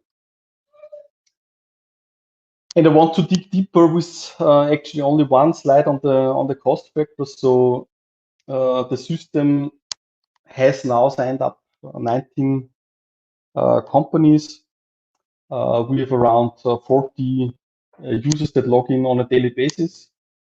And if we look at this really, really small AWS bill, where I do know that only $11 are from the serverless spectrum, this is really, really cool. The application we've built is per se an application that will, even if it's running fully fledged, it's just a support service for companies. So we don't expect that there are millions or thousands of users online in parallel. We expect that it's just used occasionally. So this scaling model, so basically the downscaling model here, is really a perfect fit, because we can pretty much be sure that when the user base scales up, that our revenue will scale up quicker than the cost will scale up on the AWS side. So now to the more interesting part, the real challenges that came up. So when you read documentation and you build your first things, like a small little chat application, the world is always beautiful. You have this tiny little thing that looks perfect. It is built exactly as planned. It works. You can describe it to somebody, and the world is nice. And then suddenly you need to scale up your idea. You work on something bigger, and then suddenly chaos is around. So you have multiple services, you have multiple people working with you. You have a landscape you're basically operating in, and suddenly things start to get messy once you get bigger. And the first really interesting thing that happened to us with Loop was that we did not realize, and we never read that so clearly in the documentation, is that AWS cloud formations have a limit of 200 resources they can handle. Meaning, we've seen that before in the Hello World, where we deployed just one function, I think one or two resources manually. Serverless already told us, okay, I've now created 12 cloud formation resources, and then of course, once I hit this 200 resources limit, we began digging deeper, and it turns out that when you create a simple serverless function, you will always create 6 resources in AWS CloudFormation. So you have the API gateway function, you have the method, you have the Lambda itself, and then you have a few wiring resources that you create. So this means that every serverless application you can create cannot contain more than 33 serverless functions, which is of course for any real world size problem quite a limiting factor. So what you basically need to do from the beginning, if you want to move towards this direction, is you need to split your application into microservices, because of course you can imagine that refactoring something at the later stage is not that funny, even if it's only around 30 backend routes still. But yeah, the sooner you start splitting up your application, start about thinking how parts of your API should look like, then the easier it will be for you to actually yeah, pull through with this approach. So there's this natural limit of around 30 functions. If you split your app into microservices, doesn't mean really that you can't have common code. We will see on the next slide a project setup. It's still very much possible that you share code between the microservices, but definitely each of your serverless YAML files cannot have more than 30 functions. The nice thing is with the technology stack we use here is that you have this design pattern in Node where the package.json file is basically looked up in the path hierarchy of your project, so you can even have common dependencies between your microservices by just putting all the services in one project and have one common package.json file. But of course, it forces you to design your API first. You cannot just say, okay, everything is good. We put everything in one serverless YAML file. And here you see a project structure that is kind of a pattern for me now. You see here on the top, I have a libraries folder where I put certain things that I use across multiple services. Then in the services folder down there, you see multiple serverless YAML file, and each of these serverless YAML files is basically one distinct service that can get deployed to the cloud via serverless. And you see, and that's then important for the next thing, I even pull out the resources into a separate serverless YAML file. Then the second quite important learning, and that's when I was smiling in Donovan's talk quite a bit, because he said, yeah, he's very confident in tearing down infrastructure on his subscriptions. Yeah, you can do that very easily with serverless. Also, you can just type in SLS remove enter. It will not ask any questions, and it will tear down the whole CloudFormation stack. And in the beginning, when you start developing, that's all fun and games until you like really hit the situation where CloudFormation somehow gets stuck and says, okay, it can't rebuild your stack anymore. You need to remove the stack and start from scratch. And then you're forced to SLS remove. And the first part is quite obvious. I mean, if I had resources in my serverless YAML file, like an Amazon S3 bucket, a DynamoDB database, a cognitive user pool, and the type in SLS remove, then of course all of those kinds of things that are part of the stack will also be removed. And you can still do that. You can still go to DynamoDB, create a backup there, SLS remove, then SLS deploy, and re-import the database. But of course, that is quite cumbersome. And then the second, not so obvious thing was in the beginning, we changed the name of our application 2-3 times. And every time, of course, we wanted to have everything clean, and we wanted to also rename database tables and S3 buckets together with that. And we knew that CloudFormation was idempotent. So, of course, we just were assuming, okay, if we rename the resources in our serverless YAML file and deploy, everything is good. But that's unfortunately not true, because for CloudFormation, this basically means that the one resource with the one name went missing, and the other resource with the new main name needs to be created. And what it then does is it drops your DynamoDB table and just deletes the data in there and creates a new table. And then you surprisingly end up with a fresh database. So you need a little bit of handling over there. And the way you can actually do that in serverless is that you split out really your other cloud resources that are not code into an individual resources project. So in our case, we do have DynamoDB tables, we do have S3, we do have users in a separate resources project.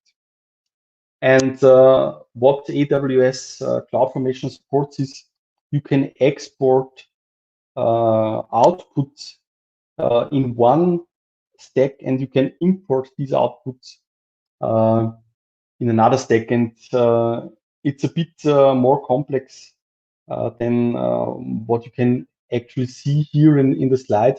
But how this basically works is that in the resources project, there is a piece of code with the outputs that describes what kind of resources this resources service creates, and the other services can import these services, and the AWS CloudFormation then handles the dependencies for you. So if you would try to now SLS remove the resources stack, it will tell you that it's not possible because there are other stacks that actually use the outputs of these stacks. And then last but not least, the last thing that is a big fear of, and it was also a big fear on our side, are the cold starts. So with this system that you really have zero resources running once your application is idle for a certain time, you of course need some overhead time to spin up your cloud functions. So AWS needs to take your code from an S3 bucket, put it on a server, spin up Node or Java, and actually run your code. That's what they call a cold start. And of course, that adds to your time in your HTTP requests. And when I started playing around with it, I was heavily invested in Java Spring. And so Java Spring functions were actually the go-to technology to use for this. And there it was really like that a cold start would take you around 3 seconds. And of course, the more complex your Java Spring ecosystem would grow, and that's only security or database access you want to add, this can add up significantly. So cold starts are a thing, but it's getting better and better almost every day.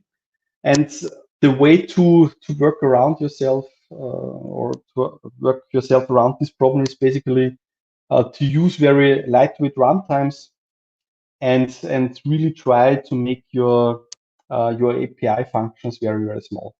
So in the end, in our situation, we really moved from Java Spring to a TypeScript Node.js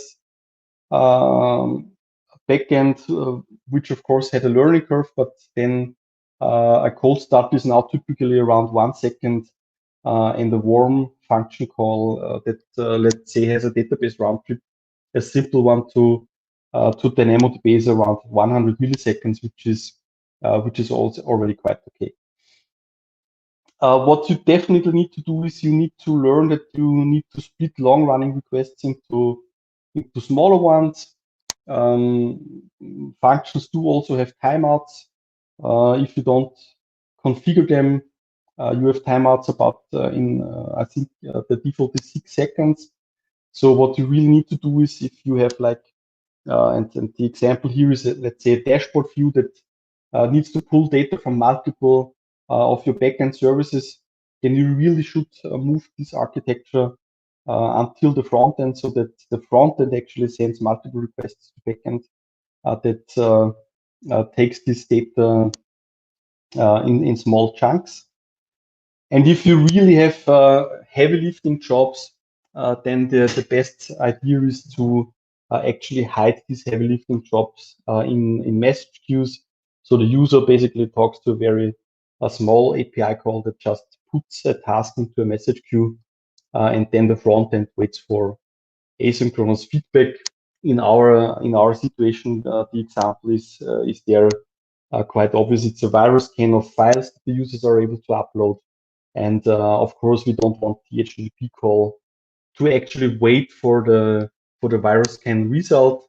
It's more or less the way that the user issues the virus scan by adding a message to message queue, and then the scan actually happens in the background. So what are now the concluding remarks of almost 2 years tinkering with serverless? So right now I don't want to move back to to how it was before. So my vision now is really to in all sorts of projects I'm working on, to move more and more functionality into serverless environments, because it just saves you so much headache. In my opinion, it's really like the first glimpse how cloud computing should actually be. So if you really want this infinite scalability and you want to build an application where you don't need to think about fault tolerance, reliability, and so on anymore, or not so hard anymore, then that's probably the technology you can use.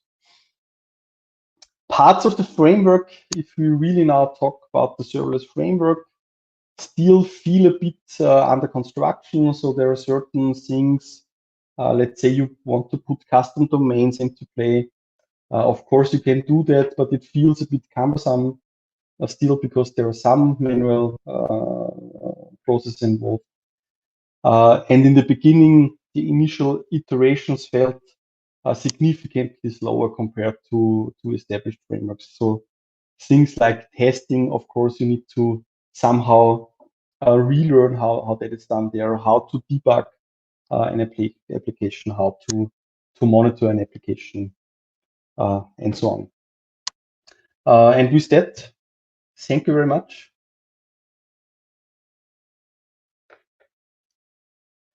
And try. We are going back, being online and joining you here. Thank you so much, Matthias, for all this insights. Sorry for muting Juliana here. So we also have a couple of questions for you from the chat. So I think the first one is just a remark. A good idea is to get alerts on the cost to avoid surprises. Yeah, exactly. That's that's actually something we do have. For instance, rather early on, we figured out that spammers are not clever enough to actually use these contact forms.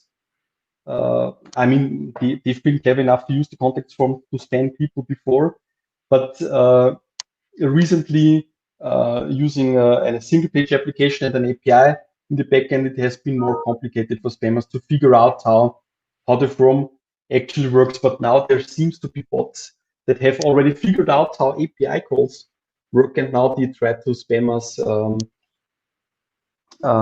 through contact forms. And of course, there we immediately saw the problem that you add up on serverless function calls, and of course, with adding up on function calls, you add up on cost. So that's a very linear thing now. You really need to monitor the cost. Yeah. Then a question from my side, because I saw it on your slides. The cost distribution of the different AWS services was not very.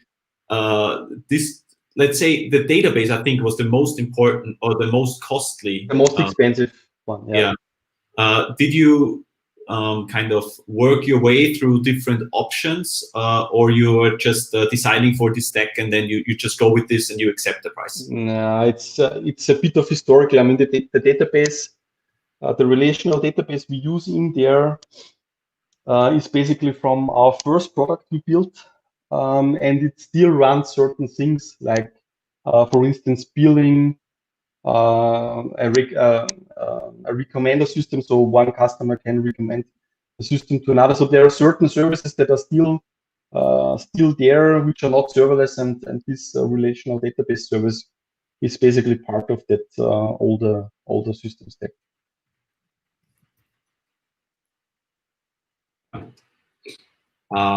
We have another question. how to locally develop serverless. How did you do Yeah. everything with the databases, all the different services? Yeah. Yeah.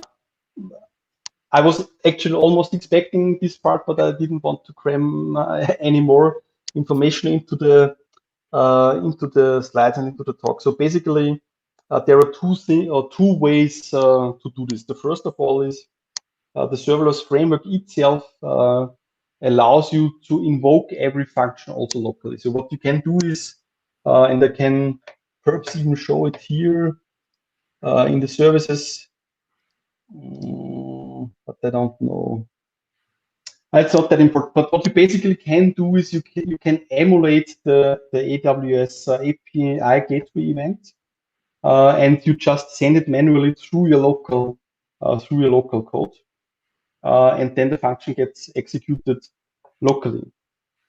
There is also a second way, and that's probably the way most people want to use.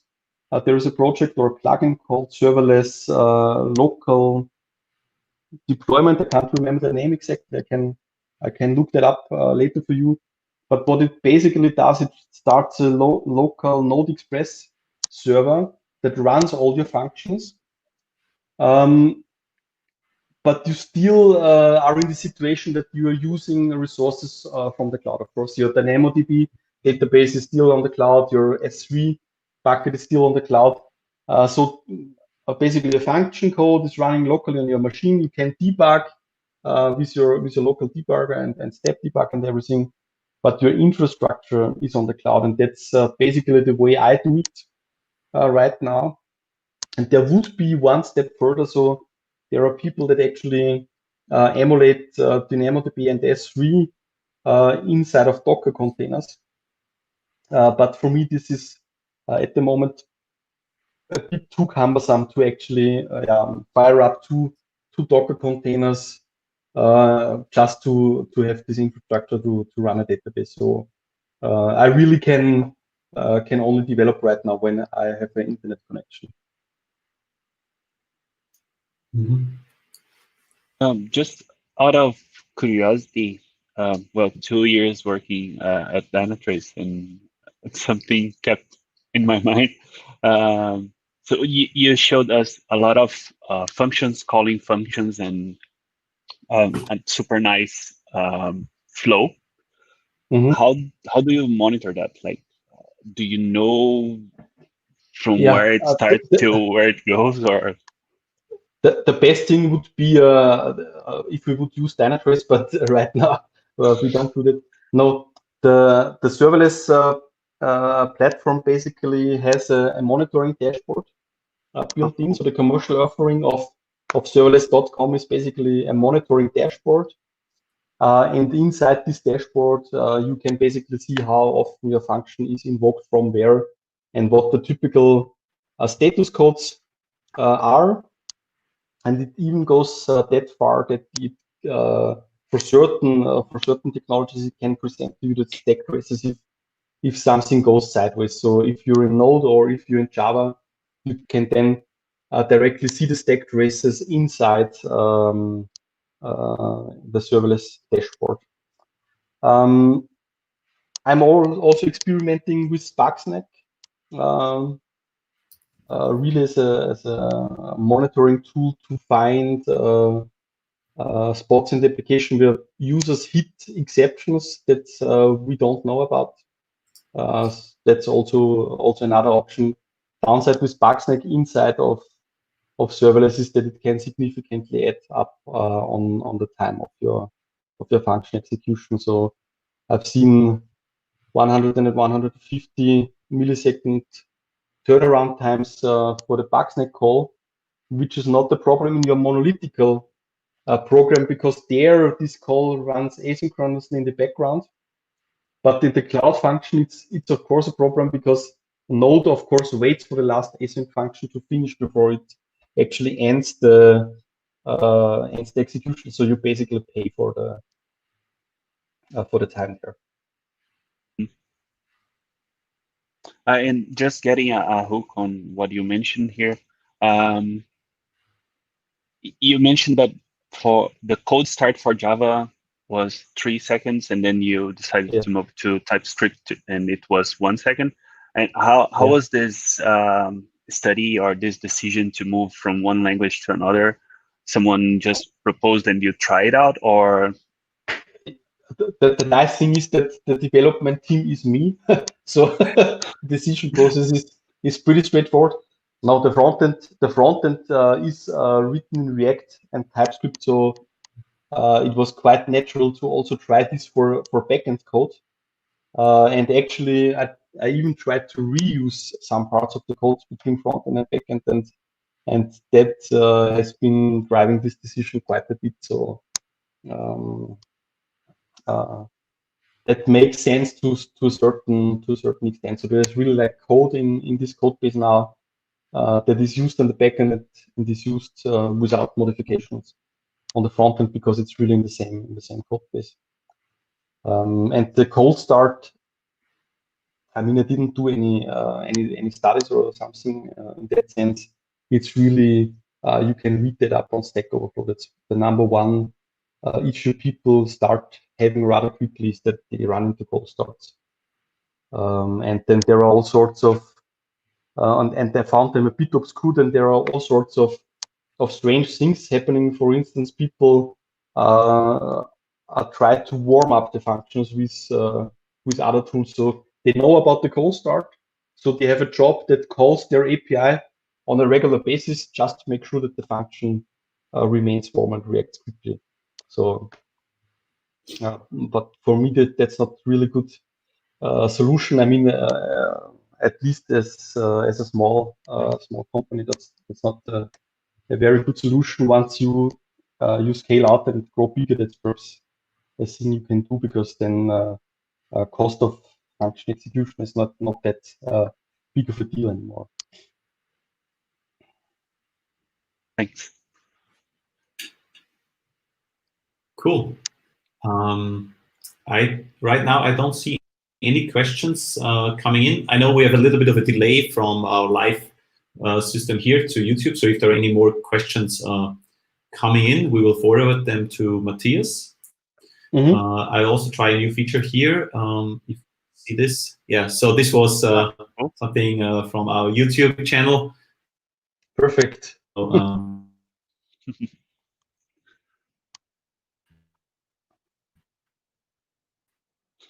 so now Jürgen is a bit dropped off, I think. Yeah, I think you need to click again to. But okay.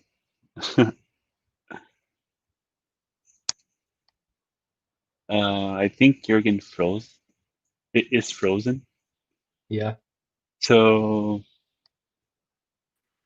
Matthias, yeah. Thank you very much again for joining us for the first edition. It was really. Thanks for the effort, really, and thanks for the opportunity. Yeah, thank you very much. It was a really nice talk. Do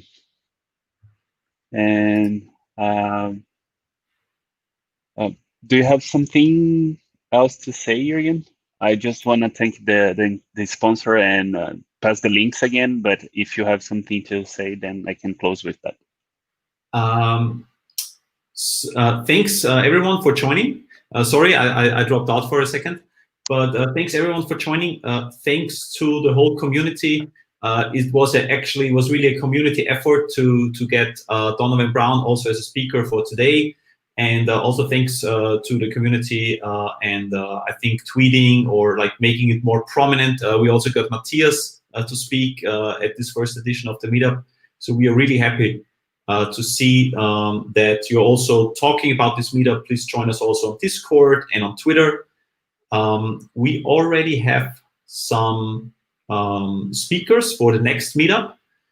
So we will go with the same tradition, or we will make this format for today as a tradition. So we will go with one international speaker and one local speaker also for the next meetup.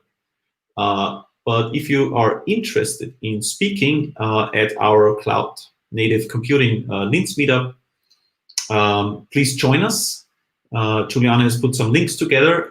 You will also find it on the meetup site, but it's tinyworld.com/CNCLinz talk or CNCLinz sponsor. So if you want to sponsor, for example, our live streaming, we're using here a commercial platform. So if you want to sponsor this, we are really happy. And once we're going back to real life events, we're also happy to probably host it at some local company in Linz. Yeah, do we have anything else to share? No, that's all from my side. Yeah, thank you very much, guys. It was super nice, and Thank you. Yeah, most probably till the end of the week we are putting together the new event. So then we start to promote the new the next edition, and yeah, if you all could share and help us promoting, it would be nice. Yeah, we got a couple of nice comments on YouTube. So if you are on YouTube, you've already seen it. Take a look at them. Thanks so much for to the community. Thanks, Matthias. Thanks, Giuliano, and see you all in October. Yep. Bye. See you then. Bye bye. See ya. Bye.